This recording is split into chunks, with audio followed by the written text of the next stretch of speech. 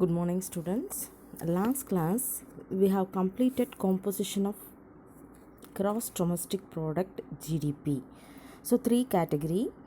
One is primary sector, agriculture sector. Secondary sector, industrial sector, and third one is service sector, tertiary service sector. Finally, I thought in the 20th century, economics begin to suggest that traditional tertiary sector could be further distinguished from quaternary and quaternary services sectors. Totally, we have completed three sectors, finally included as well as quaternary and quaternary sectors. Let us see the contribution of different sectors in GDP of India. Service sectors is the largest sector of India. Gross value added GVE at current prices for services sector is estimated at 92.26 lakh crore in 2018 and 19. See students, இந்தியாவில் உள்ள அந்த மொத்த உள்நாட்டு உற்பத்தியில் வெவ்வேறு துறைகளின் பங்களிப்புன்னு ஒன்று இருக்குமா. அப்படி பார்க்க போகும்போது நம்மளுடைய பணிகள் துறைங்கிறது மிகப்பெரிய துறையாக இருக்கும். அப்படி இருக்கும் போகும்போது அந்த நடப்பு விலையில் உள்ள மொத்த மதிப்போட கூடுதல்னு சொல்லும் போகும்போது தான் ஜிவிஏ கிராஸ் வேல்யூ ஆடட் அப்படின்னு சொல்கிறோம்ப்பா. அது வந்து அந்த 2018 to 19 இருக்கு இல்லையா, அப்போ வந்து எவ்வளோ மதிப்பு இட்டிருக்காங்கன்னு பார்க்க போகும்போது பார்த்திங்கன்னா 92.26 lakh crore வந்து அந்த கிராஸ் வேல்யூ ஆடட் வந்து மதிப்பிட்டிருக்கிறாங்க. எவ்வளோ பாயிண்ட்னா 92.26 lakh crores. ஓகேங்களா. இப்போ உங்களுக்கு இங்கே tabular column sector wise contribution in GDP of இந்தியாவும் கொடுத்துருக்காங்க. Sector wise contribution of GDP 2018-19% ஷேரும் கொடுத்துருக்காங்க. இப்போ கான்ட்ரிபியூஷன்னா நம்ம 1950 to 51 உங்களுக்கு 5 years பிளான்ஸ் எப்போ தொடங்குனதுன்னு தெரியும். 1952 to 51லனா அப்போ இருந்து இப்போ டில் டேட் கொடுக்கல, 2017 to 18 வரையிலும் கொடுத்துருக்காங்க. அக்ரிகல்ச்சரில் எவ்வளோ பர்சன்டேஜ், இண்டஸ்ட்ரீஸில் எவ்வளோ பர்சன்டேஜ், சர்வீஸ் அதாவது பிரைமரி செகண்டரி அண்ட் டெரிட்டரி செக்டாரில் எவ்வளோ பர்சன்டேஜ் கான்ட்ரிபியூட் பண்ணியிருக்கு ஜிடிபிங்கிறது தெரிஞ்சிருக்கும். அதே மாதிரி கீழே பார்த்தீங்கன்னா உங்களுக்கு லேண்ட் மேப் கொடுத்துருக்காங்க. அதில் பார்த்தீங்கன்னா உங்களுக்கு அந்த செக்டார் வைஸ் கான்ட்ரிபியூஷன் மைனிங்னா அக்ரிகல்ச்சர், இப்போ நம்ம அக்ரிகல்ச்சர்னு மட்டும் எடுத்துக்கிறோம்ப்பா. அதில் ஃபாரஸ்ட் தனியாக இருக்கும், ஃபிஷிங் தனியாக இருக்கும். இண்டஸ்ட்ரின்னு எடுக்கும்போது மைனிங் இருக்கும், மேனுஃபேக்சரிங் இருக்கும், எலக்ட்ரிசிட்டி அந்த மாதிரி வரும். சர்வீஸ் செக்டார்னால் நாட் ஓன்லி ஒரு பர்டிகுலர் சர்வீஸ், எல்லா சர்வீசஸும் அதில் தான் சேரும். அப்போ அதோட கான்ட்ரிபியூஷன் என்னன்னு உங்களுக்கு கொடுத்துருக்காங்க. அடுத்து பார்த்தீங்கன்னா sector wise GDP growth of India 1950 2018 வரையிலும் உங்களுக்கு ஒரு கிராஃப் கொடுத்துருக்காங்க. அதாவது இயர் 1950 to 18 வரையிலும் க்ரோத் பர்சன்டேஜ் எப்படி இருக்குது, எப்படி ஒரு வருஷம் பார்த்திங்கன்னா டிக்ரீஸ் ஆகிருக்கு, ஒரு வருஷம் பார்த்திங்கன்னா இன்க்ரீஸ் ஆகிருக்கு, அந்த மாதிரியும் உங்களுக்கு கொடுத்துருக்காங்கப்பா. இதில் India is the second largest producer of agriculture products. India accounts for 7.39% of total global agricultural output. அதாவதுல இது வந்து மொத்த துறையில் 8வது இடத்துலையும் பணிகள் துறையில் தான் 6வது இடத்துலையும் இருக்குமா. அப்படி இருக்கும்போது இது வந்து என்னென்னா இதோட அவுட்புட் பார்த்திங்கன்னா இந்திய பொருளாதாரத்தில் 7.39 அவ்வளோ பர்சன்டேஜ் மட்டும்தான் இருக்குது. Industrial India sector, India's world rank 6th, and in service sector India's world rank 6ன்னு கொடுத்துருக்கு. அதாவது இப்போ 2வது பெரிய நாடாக இருக்கும்போது அந்த விவசாய பொருட்களோட வெளியீடு பார்த்திங்கன்னா 7.39%ன்னு சொல்லி நம்ம வெளியிட்டிருக்கோம். யாருன்னா இந்தியா வெளியிட்டிருக்கு. அப்படி இருக்கும்போது தொழில்துறையில் பார்த்திங்கன்னா 8th பிளேஸும் பணித்துறையில் பார்த்திங்கன்னா 6th பிளேஸும் இருக்குது. அப்போ contribution of agriculture sector in Indian economy, இந்திய பொருளாதாரத்தில் அக்ரிகல்ச்சரோட கான்ட்ரிபியூஷன் எவ்வளோ இருக்குதுன்னு பார்க்கும்போது is much higher than world's average 6.4%. அது விவசாய பங்களிப்புங்கிறது உலகத்தில் உள்ள இதில் வந்து பார்த்திங்கன்னா 6.4% வந்து அதிகமாகவே இருக்குது. அப்போ contribution of industries and services sector is lower than world's average 30% for industry sector and 63% for services sector. அது மற்ற துறைகள் பணித்துறைகளை பங்களிப்பு பார்த்திங்கன்னா உலக சராசரியை விட 30% தொழில்துறையிலும் பணிகள் துறையில் 63% குறைவாக தான் இருக்குது. ஆனால் நம்மளோடது இப்போ நீங்கள் தெரிஞ்சிருப்பீங்க, இந்த 3 ப்ரைமரி செகண்டரி டெரிட்டரி செக்டாரில் அக்ரிகல்ச்சர்னால நம்ம 6.4% அதிகமாக இருக்கும், இண்டஸ்ட்ரினால் 30% குறைவாகவும், பணிகள் சார்ந்த துறை இருக்கு இல்லையா சர்வீசஸ், அதில் பார்த்திங்கன்னா 63% குறைவாகவும் இருக்கும். அப்போ கிராஸ் வேல்யூ ஆடட் GVAனா என்ன அப்படின்னு பார்க்கும்போது is the measure of the value of goods and services produced in an area, industries or sector of an economy.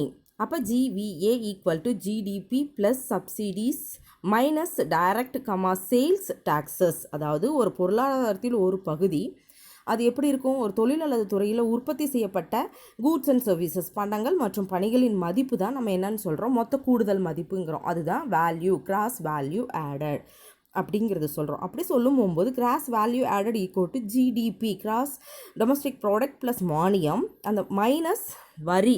அந்த வரி என்ன வரியாக இருக்கலாம், எய்தர் நேர்முக வரியாக இருக்கலாம், டைரக்ட் டாக்ஸாக இருக்கலாம், இல்லைன்னா சேல் டெக்ஸஸாக இருக்கலாம், அதாவது விற்பனை வரியாகவும் இருக்கலாமா. நெக்ஸ்ட்டு பார்த்தீங்கன்னா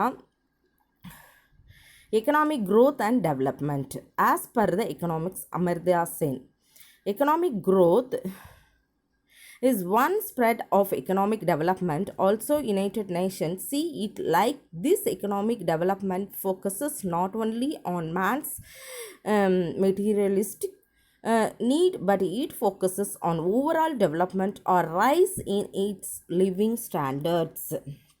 அதாவது அந்த பொருளியல் அறிஞருங்கிறவர் எக்கனாமிஸ்டோட கருத்து என்ன, அமர்த்தியா சென் தான் நம்மளுடைய பொருளியல் அறிஞர். அவர் என்னென்னா அந்த ஒரு பொருளாதார வளர்ச்சிங்கிறது அந்த எக்கனாமிக்கோட முன்னேற்றம் இருக்கு இல்லையா, பொருளாதாரத்தோட முன்னேற்றத்தின் ஒரு அம்சம்தான் அப்படின்னு சொல்கிறாங்க.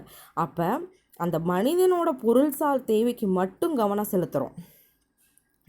ஆனால் மற்ற நாடுகள், ஐக்கிய நாடுகளின் பார்வையில் பொருளாதார வளர்ச்சி என்பது ஒட்டுமொத்த வாழ்க்கை தரம் உயர்தல் அல்லது ஒட்டுமொத்த வளர்ச்சியில் கவனம் செலுத்துகிறாங்க. நம்ம என்னென்னா ஒரு அந்த பணி இந்த ஒர்க்கா ஓகே முடிஞ்சிச்சு அப்படிங்கிறது இருக்கும். ஆனால் அவங்க அப்படி கிடையாது. நம்மளுடைய என்ன சொல்கிறது, லிவிங் ஸ்டாண்டர்டையும் அந்த ஓவரால் டெவலப்மெண்ட்டையும் ரெண்டையும் ஃபோக்கஸ் பண்ணுறாங்க. அந்த ஃபோக்கஸ் பண்ணுறது தான் அவங்க என்னன்னு சொல்கிறாங்க, பொருளாதார வளர்ச்சிங்கிற மாதிரி சொல்கிறாங்க. அப்போது economic growth, it is the quantitative measures which considers the rise in the output produced in an economy or nations in a particular period in its monetary value. The key parameters of economic growth in any economy are its gross domestic products GDP and gross national product, which helps in measuring the actual size of the economy.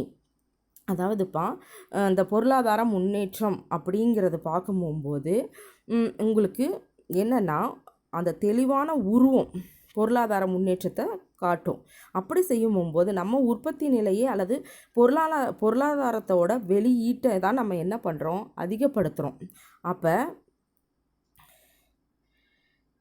அந்த மக்களோட வாழ்க்கை தடமும் இதில் அடங்கும். அது மட்டும் இல்லை, அது உற்பத்தி அளவு அதிகரிப்பது மட்டும் இல்லை, சமூக பொருளாதார காரணிகளுக்கும் அதிக முக்கியத்துவம் நம்ம என்ன பண்ணுறோம், கொடுக்குறோம்.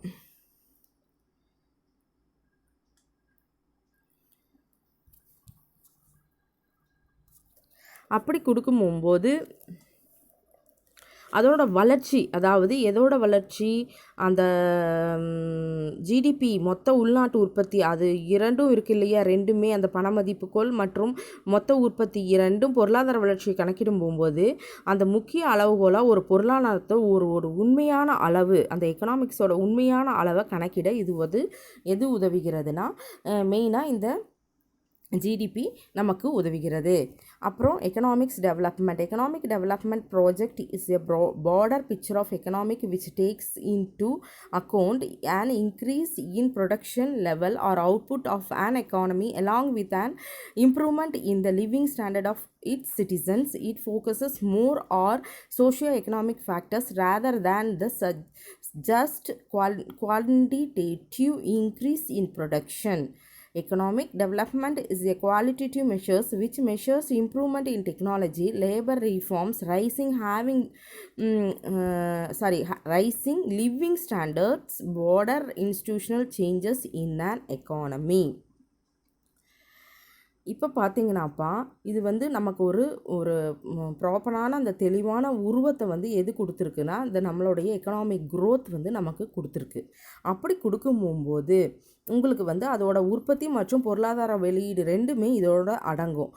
அப்படி இருக்கிறப்ப உற்பத்தி அளவு அதிகரிப்பது மட்டும் இல்லை, சமூக பொருளாதார காரணிகளுக்கு அதிக முக்கியத்துவம் கொடுத்துருக்காங்க. அப்படி தொழில்நுட்ப மேம்பாடு, தொழிலாளர் சீர்திருத்தம், அதுதான் improvement in technology, labour reforms, rising living standards, வாழ்க்கை தரத்தை அறிமுகப்படுத்துது. அதுக்கப்புறம் பார்டர் இன்ஸ்டிடியூஷனல் சேஞ்சஸ், பொருளாதார அமைப்பில் மாற்றம் ஏற்படுத்துது. இதெல்லாமே தரமான அளவுகளை அளப்பதே நம்ம என்னன்னு சொல்கிறோன்னா எக்கனாமிக் க்ரோத்துன்னு சொல்கிறோம். அப்படி இருக்கும்போது human development index HDI is apt tool to measure the real development in an economy.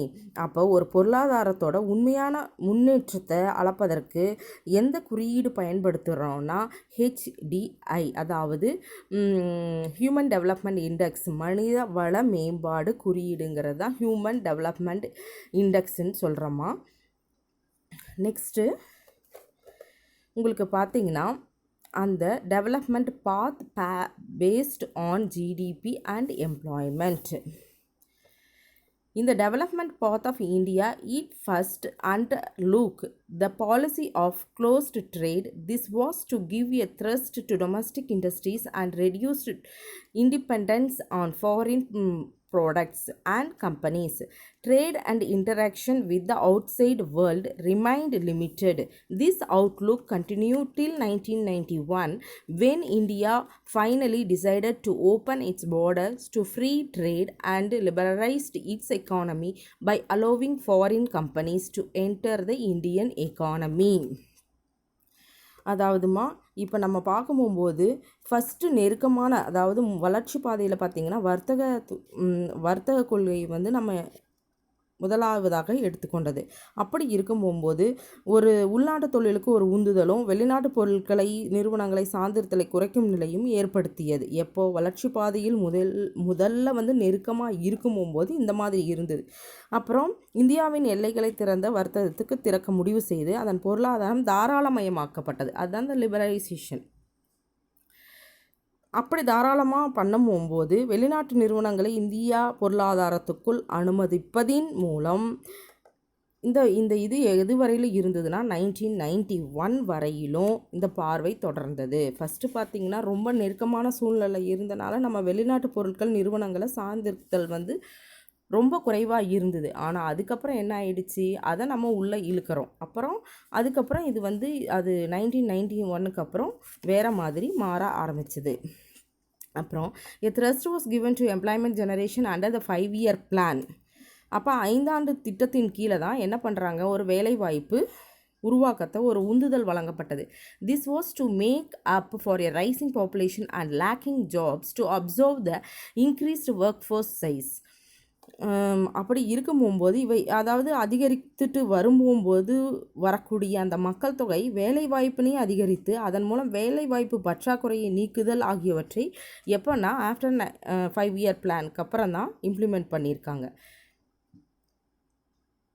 Rural development was also given importance இன் இந்தியாவில் வந்து பார்த்திங்கன்னா அந்த நிலப்பரப்பு ரொம்ப மிகவும் முக்கியத்துவம் வாய்ந்த மாதிரி இருக்குமா.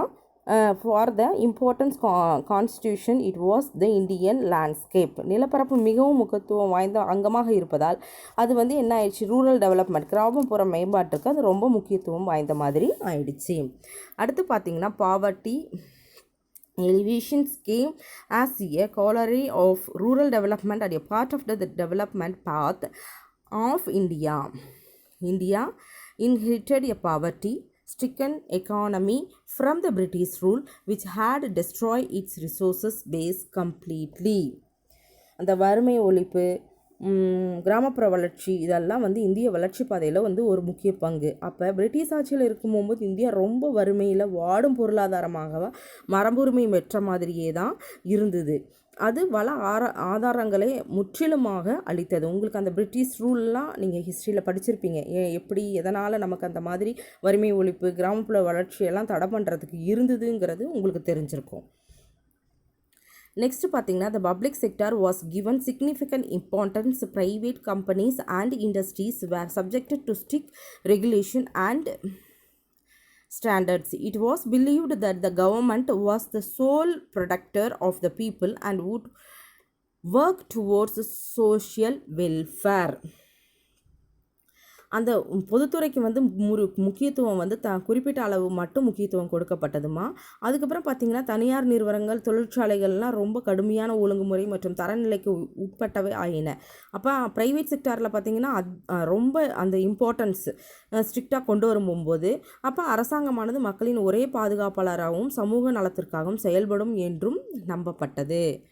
India has sustained rapid growth of GDP for most of the last 2 decades, leading to rising per capita incomes and a reductions in absolute poverty. Per capita incomes have doubled in 12 years. In per capita income, placing India comes just inside the middle income country category. அதாவது 2 சகாப்தங்களை GDP நிலையானது அதிக வளர்ச்சியில் தனிநபர் வருமானம் அதிகரித்தது இருந்தது. முழு வறுமை குறைந்து காணப்பட்டுச்சு. 12 ஆண்டுகளில் தனிநபர் வருமானங்கிறது வந்து அது அந்த ஜிடிபி கிராஸ் டொமஸ்டிக் ப்ராடக்ட்டுங்கிறது இன்க்ரீஸ் ஆகி 12 வருஷத்தில் பார்த்திங்கன்னா அது வந்து 2 மடங்காக உயர்த்தப்பட்டது. அப்போ தனிநபர் வருமானத்தில் நடுத்தர வருவாய் நாடுகளின் பிரிவில் எதில் இருந்தது? மிடில் கிளாஸாக நம்மளோட இந்தியா இடம் பிடித்து இருந்தது. Life expectancy at birth is 65 years and 44% of children under 5 are malnourished. The literacy rate for the population aged 15 years and above is only 63% compared to a 71% figure for lower middle income countries. அதாவதுமா பிறப்பின் போது எதிர்பார்க்கப்பட்ட அந்த ஆயுட்காலம் பார்த்திங்கன்னா நம்மளோடது 65 years தான். அப்போ 5 வயசுக்கு உட்பட்ட 44% குழந்தைகள் ஊட்டச்சத்து குறைபாடோடு இருந்திருக்கு. அப்படி இருக்கும்போது 15 இயர்ஸ் அதுக்கு மேலே உள்ள மக்கள் தொகையில் பார்த்திங்கன்னா 63% வந்து எஜுகேஷன் அதாவது லிட்ரஸி பெற்றவங்களாக கல்வி அறிவு பெற்றவங்களாக இருக்கிறாங்க. அப்போது ஒப்பீட்டு அளவில் பார்க்கும்போது குறைந்த நடுத்தர வருவாய் நாடுகளில் 71%ஆக நம்மளோடது அந்த இதில் இருந்திருக்கு. India has followed a different path of development from many other countries. India வந்து பிற நாடுகளை விட வெவ்வேறு வளர்ச்சி பாதையில் பின்பற்றுகிறது. மற்ற பிற நாடுகளை விட இந்தியா வெவ்வேறான வளர்ச்சி பாதையை பின்பற்றுகிறதுங்கிறது நம்ம இதிலிருந்து தெரிஞ்சுக்கலாம். ஓகேம்மா, தேங்க்யூ.